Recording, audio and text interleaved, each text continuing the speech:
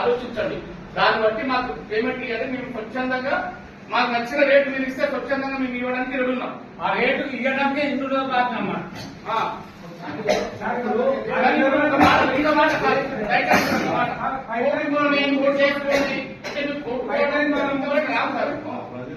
దేశం మొత్తానికి ఒకటే చట్టం.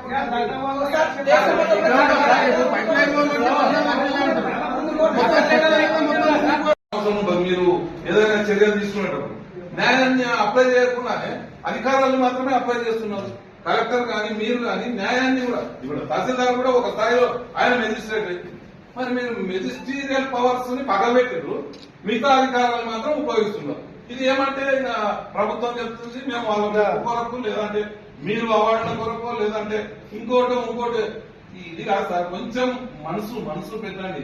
వాళ్ళు తరతరాలుగా దాని మీద బతికిన వాళ్ళు మన కొరకు మనం అడిగితే ఇస్తున్నారు. ఇయనికి ఎవ్వరు మా ప్రాజెక్ట్ కొట్లాడినలో మేము కదా సార్, ప్రాజెక్ట్ కావాలని కొట్లాడినలో మేము కదా. మేము ముందుగానే అనుకుంటున్నాం కదా. ఇంకో 10 మందికి లాభం అవుతుంది. మేము ఒక్కరికి పోయినా పర్వాలేదు. ఒక 1,00,000 ఎకరాలకు నీళ్ళు వస్తున్నాయంటే మాకు సంతోషమే కదా. మేము డెవలప్ అవుతాం, ఈయనే ఉపాధి పొందుతాం అని అనుకుంటాం కదా. అదే వాళ్ళని పూర్తిగా అదే భరించే కార్యక్రమం చేయొద్దంటున్నాం. మేము రైతుల్ని అదేదో మూఢనమ్మకాలతో ఇళ్లకు భరించినట్లా బలి వద్దండి అని కోరుతా ఉన్నాం. మీతో జరిపి అందులో అన్ని పార్టీల నాయకులు ఉంటారు.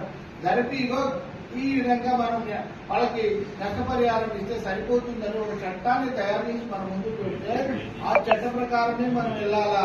ఆ చట్టాన్ని దాటి ఎవడు కూడా అతిక్రమించడానికి లేదు. మరి ఆ చట్ట ప్రకారం అతిక్రమించడానికి లేనప్పుడు మేము ఏం చేస్తాం? నేనేమంటే మీరు మనసుతో ఆలోచన చేస్తేనేమో మీరు రైతులని ఒత్తిడి చేయరు.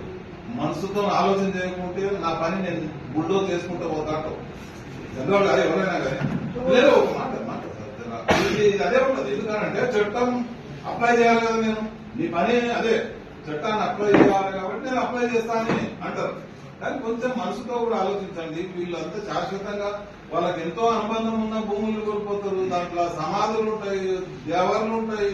వాడు మంచిగా చదువు చేసుకుంటాడు, రాళ్ళు గుట్టలు అన్ని తోపి ఇది చేసుకుని ఉంటాడు.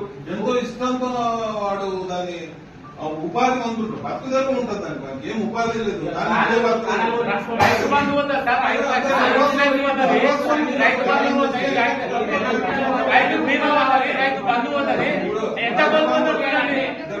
రైతు బంధు, రైతు బీమా